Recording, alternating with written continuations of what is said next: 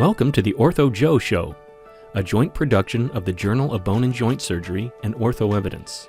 In our world, orthopedic research is king, and current topics from our respective publications are analyzed weekly. Here is Mohit Bhandari from OrthoEvidence and Mark Swinkowski from the Journal of Bone and Joint Surgery. Well, good morning, Mo. Here it is. It's been a long week, so and it's only Tuesday, Mark. That's the question. It's only Tuesday, and it's been a long week. What's left? Yeah. That's exactly right. Yeah. Well, we're revisiting another topic we've been after before because you and I decided we needed greater depth. So some weeks ago, we had an Ortho Joe conversation about how is data redefining surgery. And you and I decided that we needed some expert help to further clarify these definitions so that we can educate ourselves and then our audience as to where this whole advanced, quote, AI machine learning movement is going. So Mo, thanks for bringing on a special guest, and I'll let you introduce Joey. Yeah, sure. So Joseph or Joey Silburt is a PhD at the University of Toronto, has done quite a bit of work in the area of machine learning neural networks, and he joined us at OrthoEvidence. So after that particular podcast, I chatted with him quite a bit, and he had very, very clear answers to the questions that I was asking. And I thought it might be great to bring him on today, Mark, and maybe get a bit of a, I would say, summary of the concepts that are machine learning, AI, deep learning, all these things I think most of our viewers and listeners are, confronted with on a pretty regular basis now. Right. And where we've seen an explosion of submissions with those analytic approaches in the titles. Absolutely. So I wonder, Joey, first of all, welcome, and thanks for joining us. Thank you for having me. Let's start off, if I could, and I'm sure Mark will jump in with additional follow-ups, but maybe you could start off by giving us just a broad overview of the verbiage or the nomenclature that is, machine learning, AI, deep learning, and even neural networks. Maybe I'll let you kind of speak a little bit about what all this means, and then we may dig a little deeper. Sure. So you can kind of think of it like a Venn diagram. The big overarching idea or theme is called artificial intelligence, and that is the ability to get a computer to mimic human intelligence and to make decisions by only using data. Within the big subset of artificial intelligence is a specific field called machine learning, which is usually what we're talking about when we're referring to artificial intelligence. And that is the specific task of trying to solve a problem by using data. And in particular, what defines machine learning is the ability to learn a problem more effectively or to get more accurate as you input more data. And so the machine is able to learn as it sees more examples of a specific task. Within that subset, again, is a specific kind of machine learning model or classifier, and that is a neural network. So that's one version or one type of algorithm that you can use to try to solve a specific problem in the field of machine learning. Okay, so let me just pause for a second. So the overarching theme, again, is AI. Within AI, it's machine learning. Within machine learning, you have something called a neural network. So it all kind of filters down. Okay. Exactly. Yeah. So Joey, can you just clarify a point that we brought up during the last Ortho Joe meeting we had on this topic? How is this different than a simple regression analysis? Right. So with a simple regression analysis, you are basically trying to relate some independent variable with a dependent variable. And usually you relate that with some coefficient at the end that tells you some meaning to relate the dependent variable to the independent variable to the dependent variable. So just to make that concrete, let's pretend you want to know the price of a house and you know the number of rooms in the house. You can use a linear model to say the number of rooms times 10,000 is the price of the house. And that is easy to understand to relate that dependent and independent variable. So what a neural network does is it actually stacks a number of those linear models on top of each other. So if you actually look at a very high level, maybe you've all seen the what a neural network looks like is a series of circles, and you get 4 or 5 layers of these concentric circles. And these circles stacked on top of each other. If you look at each individual unit of a neural network, it's actually just a linear model. Yeah, but Joey, like, how is that different than like classical regression, where you'd say, okay, we'll do a number of linear univariate analyses, and then we'll put it into a multivariable model? That just strikes me like it's a multivariable model.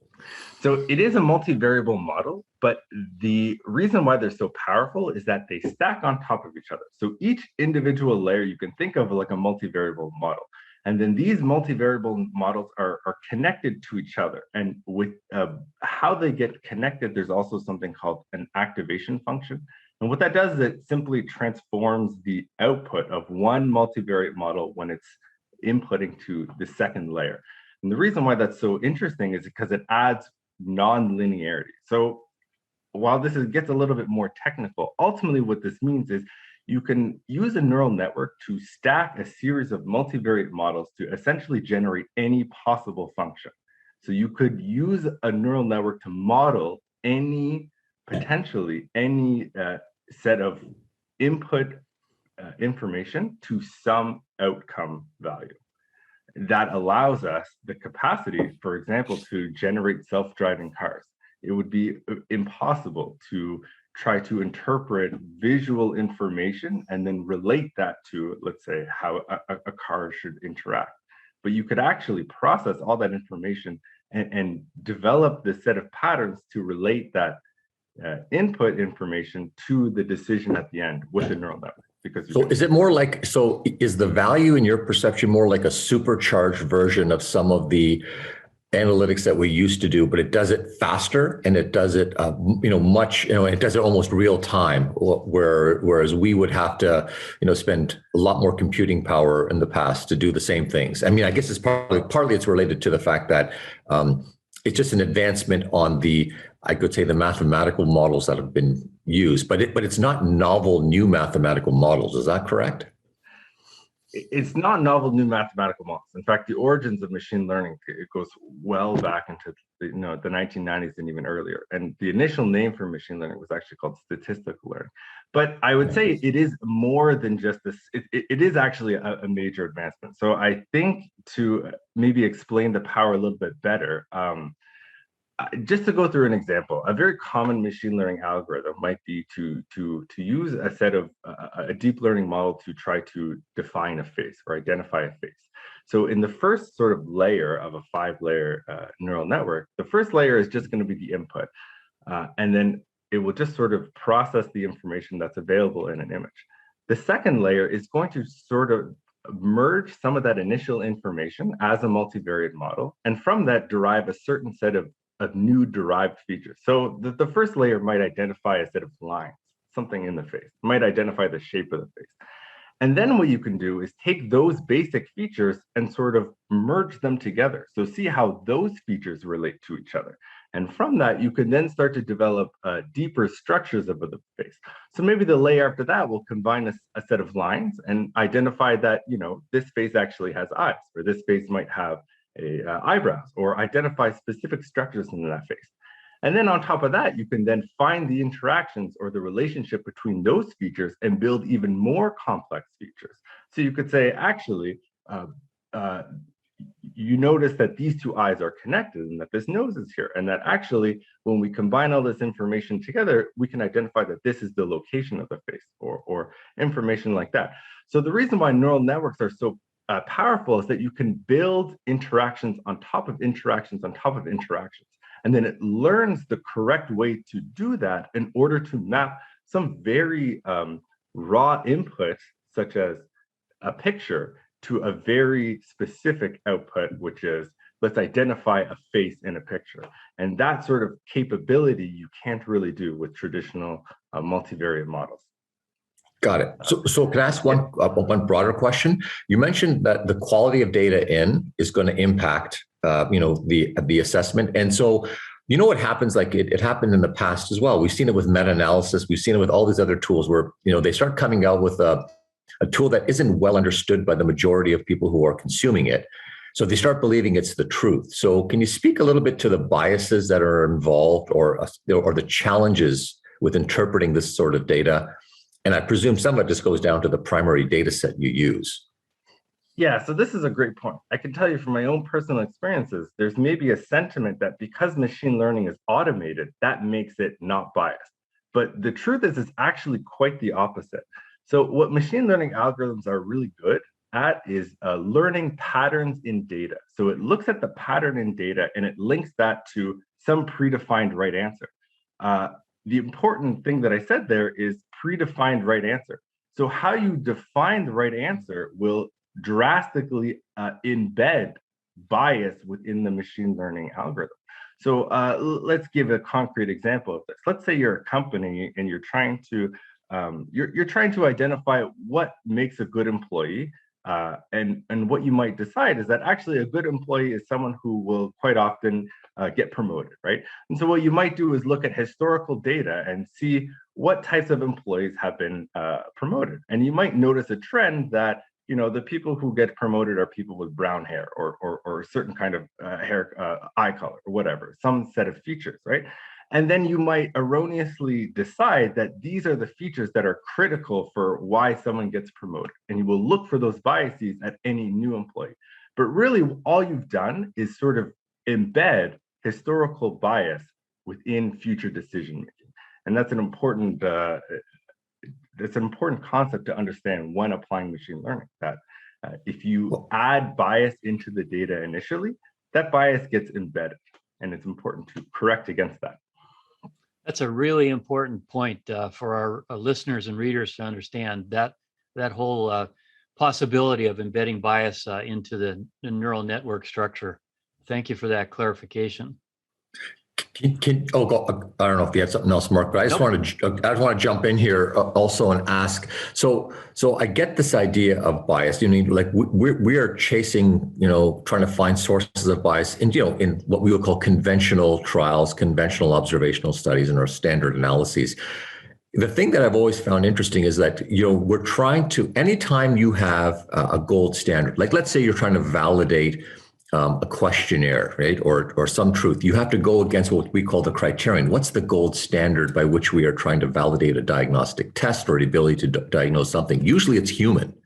So I always find it interesting that they say that, the computer algorithm is 100% accurate, but ultimately you've based it against human judgment in terms of the actual gold standard. So if they say we have a tumor and we can identify it with, X% accuracy, well, it's as accurate as a human, right? I mean, can you get more accurate than human when the gold standard is the human making the assessment?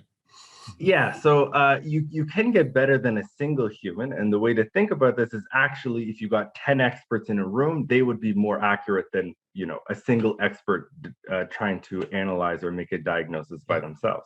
And really, that's what a machine learning algorithm is doing. It's looking for very subtle patterns that may not be perceptible to human intuition.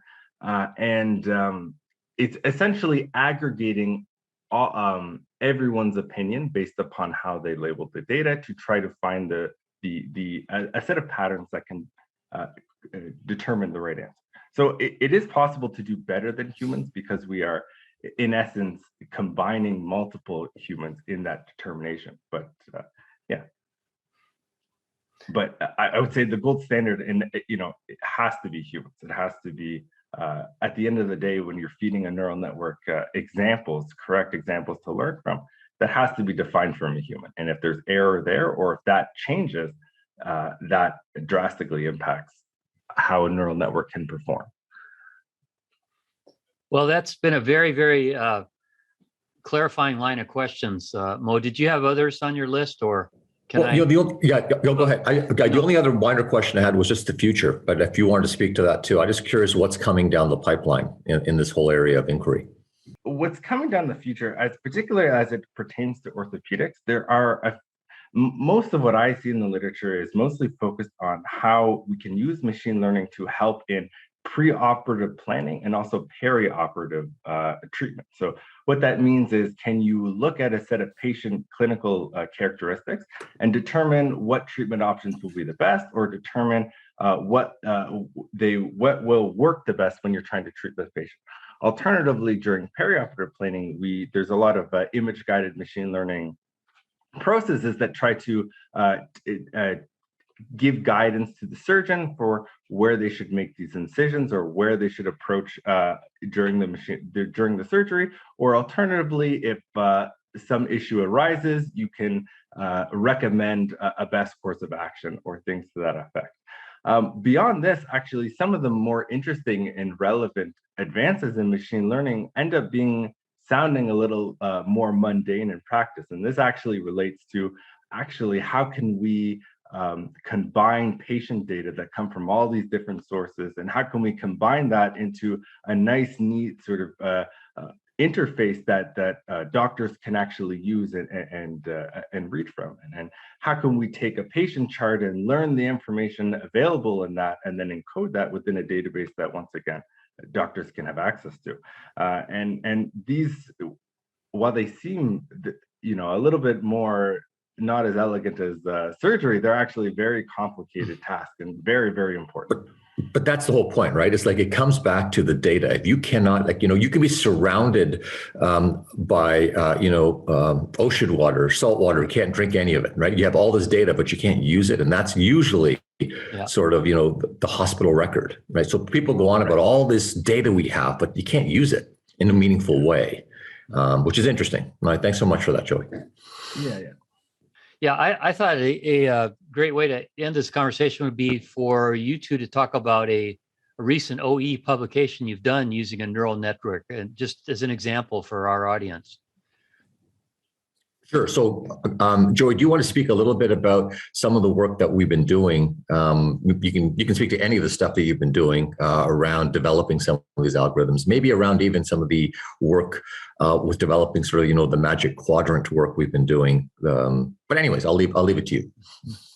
Yeah, so much of my work at OrthoEvidence is kind of divided into two areas. So most of what I'm doing right now is focused on something called natural language processing, and that's how can we convert text into numbers, and how can we learn information from text. So what I've been doing is trying to essentially teach my computer to read orthopedic papers, to try to identify what's in the paper that makes it interesting to read, and see if I can use some of that information to automatically read the paper and identify that this might be some content that would be interesting for our users to read.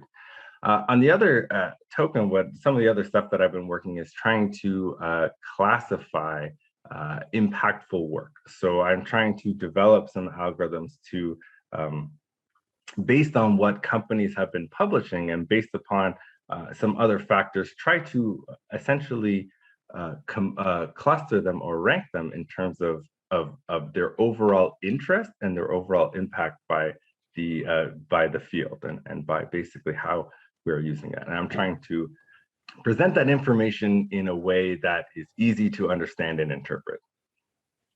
Yeah, there's lots of stuff going on here. I mean, one area that has been particularly interesting to me has been the area of, and if you look at many of our listeners, we often get historically put into categories as, well, you're an expert or you're a key opinion leader on a particular topic. And when surveys are done of orthopedic surgeons in our community, they're just grouped together as though orthopedic surgeons are this monolith that all function and behave the same way. And we think it's quite different. When you have a diverse group of people listening, you just have different phenotypes. And so we've been trying to explore, behavior patterns more so than just titles and descriptors like that. So trying to understand, as the gaming world does much better than all of us, what types of quote gamers are there, in the, on the site, are there those that are more explorative? They're just exploring new ways to do something. Are there the experts who learn from the explorers, or are there the enthusiasts who are like myself, who maybe, pop into a game, do fairly horribly, but I don't have any particular, I'm not watching it and I'm not doing it at, 3 a.m, kind of thing. So it's just, there's just different phenotypes, and we're trying to understand. It's really complex, but I think it gets closer to trying to find ways to get people the information they want, rather than just say, well, you're an orthopedic surgeon, you're a physiotherapist, you're a sports med doc, therefore we'll just give you all the sports med literature, but that's not really how a lot of people behave. That's very important work. We surely want to get people what they would like to receive from our respective publications. And as you mentioned earlier in the conversation, data is what it's all about. And we at OrthoJoe would like to have some data. We'd like to have some feedback. So it's orthojoe@jbjs.org. If you have comments or critiques, or you have a topic that you'd like us to explore, please send us an email. And Mo, Joey, thanks for a very, very clarifying episode, if you will, on this topic. I think I understand it better, and I'm quite sure that our listeners and viewers will understand it better as well. So let's finish the coffee, and Joey, your mug will be in the mail. So thanks very much for participating. Right. Take care. Have a good day. Thank you. Take care.